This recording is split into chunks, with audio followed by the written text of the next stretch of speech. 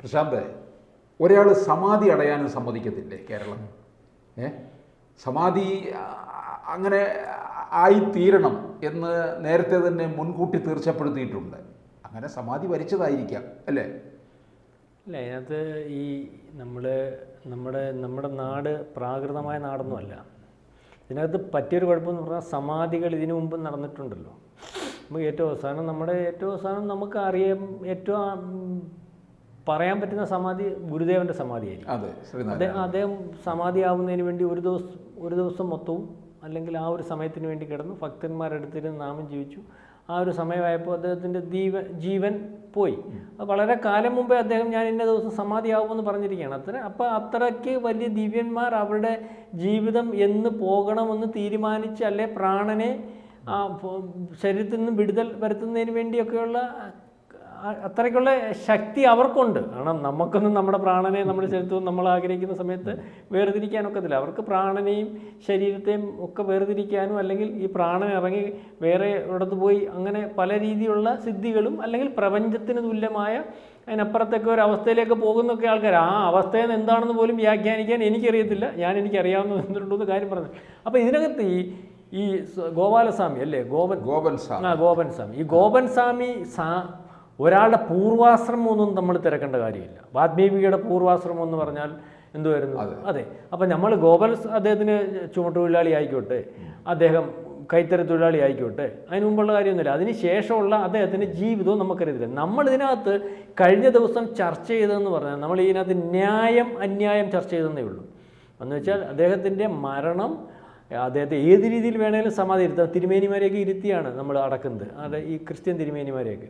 അതുപോലെ വേറെ ഓരോ മതത്തിനകത്ത് ഓരോ രീതിയിലാണ് സ്വാമിമാർ സമാധിയായി കഴിഞ്ഞാൽ അവരെ അടക്കുന്നതും കാര്യങ്ങളും. അപ്പം സമാധിയായി കഴിഞ്ഞാൽ അദ്ദേഹത്തെ മറവ് ചെയ്യുന്നതിൻ്റെ മാനദണ്ഡം അവർക്ക് തീരുമാനിക്കാം. ഇരുത്തി വേണേൽ അടക്കാം, അല്ലെങ്കിൽ അവരുടെ ദഹിപ്പിച്ചു കളാം. പക്ഷേ ഇതാരും അറിയാതെ പോയതിനകത്തുള്ള ഒരു ആക്ഷേപമുണ്ട്.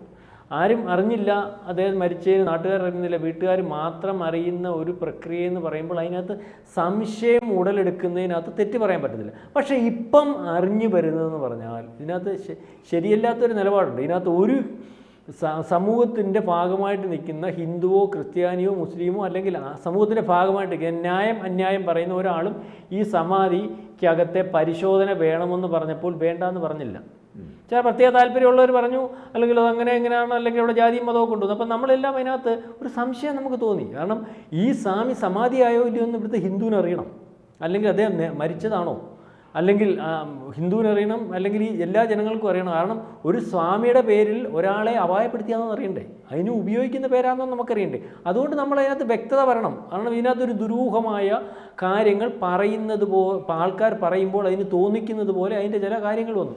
അപ്പോൾ പക്ഷേ പിന്നീട് അതിൻ്റെ ഒരു പോക്കെന്ന് പറയുമ്പം സ്വാമി ഇന്ന് അവിടെ ആദ്യം വന്നു, തടസ്സമായി, അതിനുശേഷം അവിടെ തർക്കമായി, അവിടെ ജാതിയായി, രണ്ട് ചേരിയായി, മുസ്ലിം ഒരു ഭാഗത്ത്, ഹിന്ദു ഒരു ഭാഗത്ത്. നമ്മൾ മാധ്യമങ്ങളിൽ കൂടി കണ്ട ഞങ്ങളുടെ ഹിന്ദുവിൻ്റെ കാര്യത്തിനകത്ത് നിനക്കെന്താണ് ആ കാര്യം, അപ്പോൾ മറ്റവർ നിങ്ങൾ വേറെ ജാതിയല്ലേ, ഇതായതുകൊണ്ടല്ലേ. പിന്നെ ആ വീട്ടുകാരുടെ ഭാഗത്തുനിന്ന് സംസാരം, ഇത് ക്രിസ്ത്യാനിയുടെ ആണെങ്കിൽ നടക്കുമോ, മുസ്ലിമിൻ്റെ ആണെങ്കിൽ നടക്കുമോ, ഹിന്ദുവിൻ്റെ ആയാലല്ലേ നടക്കും. അപ്പോൾ ആ രീതിയിലൊക്കെ പോയി.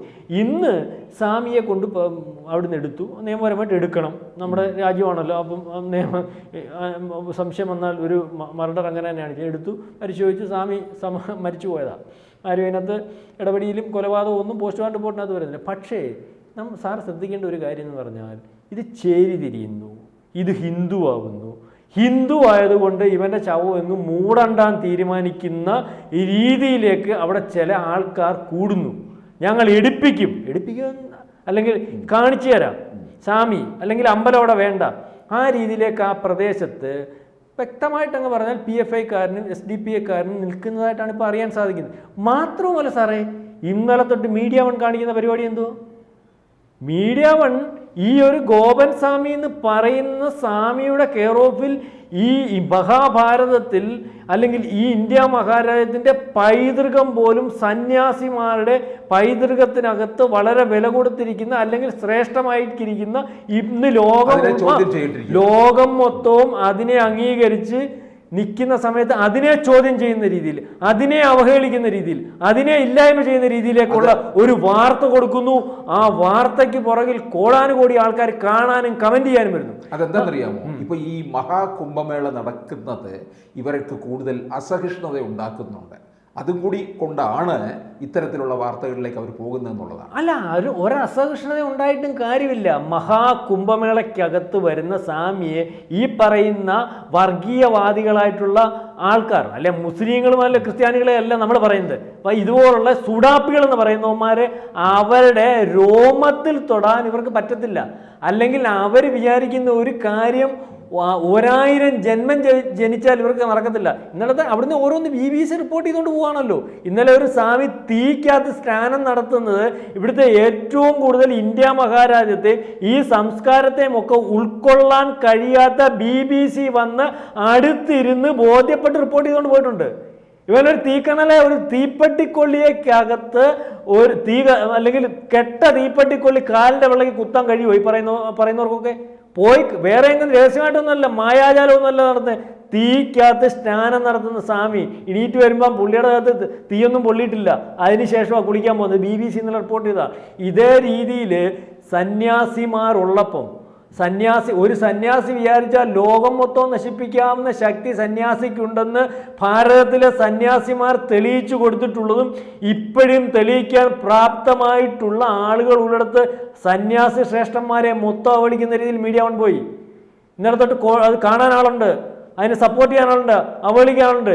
ഇവിടെ ഈ സ്വാമിയെയും കുംഭമേളയിലെ സ്വാമിയെയും കൂടെ തുലനം ചെയ്യുന്ന അവസ്ഥയിലേക്ക് പോകുന്നു. കഴിഞ്ഞ ദിവസം നമ്മൾ ഇതേ ചാനൽ തന്നെ നമ്മൾ ഈ വിഷയം സംസാരിക്കേണ്ടി വന്നു, സംസാരിച്ചു. കാരണം ഇത്തരത്തിൽ ഈ പറയുന്നത് പോലെയുള്ള സമാധികളോ അല്ലെങ്കിൽ ഹിന്ദുവിനെ അവഹേളിക്കുന്ന രീതികളോ നമ്മുടെ സംവിധാനങ്ങൾ നേരാവണ്ണം നടത്തണം അല്ലെങ്കിൽ എന്ന് പറയുമ്പോൾ അതിനകത്ത് ന്യായമുണ്ടെന്നും അതിനകത്ത് ജാതി വേണ്ടെന്നൊക്കെ നമ്മൾ പറഞ്ഞതാണ്. അത് ന്യായമാണ് ഇപ്പോഴും ആ ന്യായത്തിൽ തന്നെ. പക്ഷേ അതിനകത്ത് സമാധി പൊളിച്ചു അല്ലെങ്കിൽ സ്വാമിയുടെ മരണം ദുരൂഹമാണോ എന്ന് അത് കൈകാര്യം ചെയ്ത രീതിക്ക് അത് തെറ്റുണ്ടായതുകൊണ്ട് നമ്മുടെ സംവിധാനങ്ങൾ അല്ലെങ്കിൽ നമ്മുടെ പോലീസും അതിൻ്റെ ഭരണകൂടവും ഒക്കെ ആ രീതിയിൽ ഇടപെട്ടു. അതിനകത്ത് വ്യക്തത വരുത്തണം. കാരണം ഇത് സമാധി ഇസ്ലാമിൻ്റെ കീഴിൽ സ്വാമി ഉണ്ടോ എന്നറിയണം, അല്ലെങ്കിൽ സ്വാമി സമാധി ആയതാണോ, ഇതിൻ്റെ മറവിൽ അദ്ദേഹത്തിനെ വല്ലതും ചെയ്തതാണോ എന്നൊക്കെ അറിയണം. അത് വ്യക്തത വന്നു. പക്ഷേ അതിൻ്റെ പുറകിൽ ഒരു കൃത്യമായ ഒരു സമൂഹത്തെ മൊത്തത്തിൽ അവഹേളിക്കുന്ന രീതിയിലേക്ക് പോകുന്നു. കുംഭമേളയിലെ സ്വാമിമാരെ അവഹേളിക്കുന്ന രീതിയിലേക്ക് പോകുന്നു. കുംഭമേളയ്ക്കകത്തെ പ്രമോഷൻ ഇത്തരത്തിലുള്ള സന്യാസിമാരാണ്. ഹിന്ദുവിൻ്റെ ഭാഗമായിട്ടുള്ള ഭാരതത്തിൻ്റെ പൈതൃകത്തിന് പോലും ഈ സന്യാസിയും അല്ലെങ്കിൽ നമ്മുടെ പൈതൃകം പോലും ഇതുപോലെ സന്യാസിമാരുടെയും അല്ലെങ്കിൽ അത്തരത്തിലുള്ള കാര്യങ്ങളുടെയൊക്കെ ഒരു മൊത്തത്തിലുള്ള അതിനെ മൊത്തം അവഹേളിക്കുന്ന രീതിയിലേക്ക് സമാധിയാണോ ഇല്ലയോ എന്നുള്ളതിനെ അപ്പുറം ഇതിനെ ഒരു ദുരൂഹമായ സാഹചര്യത്തിൽ ഇവർ മാറ്റിക്കൊണ്ടുപോകുന്നു. ഇത്രയേ ഉള്ളൂ സന്യാസിമാര്, അല്ലെങ്കിൽ ഇതാണ് സന്യാസിമാര്, ഇതുപോലെ കള്ളന്മാരാണ്, ഇതേ രീതിയിൽ വളച്ചൊടിച്ചു പോകുന്ന ഒരു രീതി. അപ്പം മാത്രവുമല്ല, സാറി പറഞ്ഞ പോലെ 45 കോടി വരുന്ന ജനം ഒരു പ്രത്യേക സ്ഥലത്തേക്ക് കുംഭമേള എന്ന് പറഞ്ഞ് വരുമ്പോഴും അതിനകത്ത് 75ഓളം രാജ്യങ്ങൾ പങ്കെടുക്കുമ്പോൾ അതിനകത്ത് മുസ്ലിം രാജ്യങ്ങളുള്ള അവസ്ഥ വരുമ്പോൾ അല്ലെങ്കിൽ മറ്റ് പല രാജ്യങ്ങളിൽ നിന്നും ഈ കുംഭമേളയ്ക്ക് വളരെ വലിയ ആൾക്കാർ വന്ന് അവിടത്തേക്ക് ഹിന്ദുത്വം എന്ന് പറയുന്ന സങ്കല്പമാണ് ഏറ്റവും സങ്കല്പം. ഈ ആത്മീയ സങ്കല്പത്തിൻ്റെ മുമ്പിൽ ഞങ്ങൾ തല കുനിക്കുന്നു, ഭാരതത്തിൻ്റെ സംസ്കാരത്തെ ഉയർത്തി കാണിക്കുന്നു. ഈ രീതിയിലേക്ക് ലോകത്തുടനീളമുള്ള രാജ്യങ്ങൾ ഈ സംസ്കാരത്തെയും ഈ കുംഭമേളയും ഒക്കെ അത്ഭുതത്തോടു കൂടി കാണുമ്പോൾ പാകിസ്ഥാൻ കുംഭമേള ഉറ്റുനോക്കുന്നു, ഈ പറയുന്ന സിറിയ നോക്കുന്നു, മുസ്ലിം രാജ്യങ്ങൾ പ്രധാനപ്പെട്ട നമ്മൾ ഈ പാകിസ്ഥാനെ പോലെ മതരാഷ്ട്രങ്ങൾ പോലും കഴിഞ്ഞ ദിവസത്തെ സെർച്ചിങ് യൂട്യൂബ്, ഫേസ്ബുക്ക് അല്ലെങ്കിൽ സോഷ്യൽ മീഡിയയിലെ സെർച്ചിങ്ങിൻ്റെ കണക്ക് നോക്കിയപ്പോൾ ഏറ്റവും കൂടുതൽ ഞാൻ ഈ പറഞ്ഞ പാകിസ്ഥാനിലുള്ള ആൾക്കാരും ഈ പറയുന്ന സിറിയ എന്ന് പറയുന്ന രാജ്യത്തും പല മുസ്ലിം രാജ്യങ്ങളിലും ഉള്ള ആൾക്കാർ വളരെ അത്ഭുതത്തോടു കൂടി ഇത്തരത്തിൽ സന്യാസിമാരുണ്ടോ, അവർക്ക് ഈ കഴിവുകളുണ്ടോ, അല്ലെങ്കിൽ ഈ 45 കോടി ജനം എങ്ങനെ ഇവിടെ എത്തിച്ചേരും, അല്ലെങ്കിൽ എത്തിച്ചേരുന്നുണ്ടല്ലോ, അവരെ അക്കോമഡേറ്റ് ചെയ്യുന്നുണ്ടല്ലോ.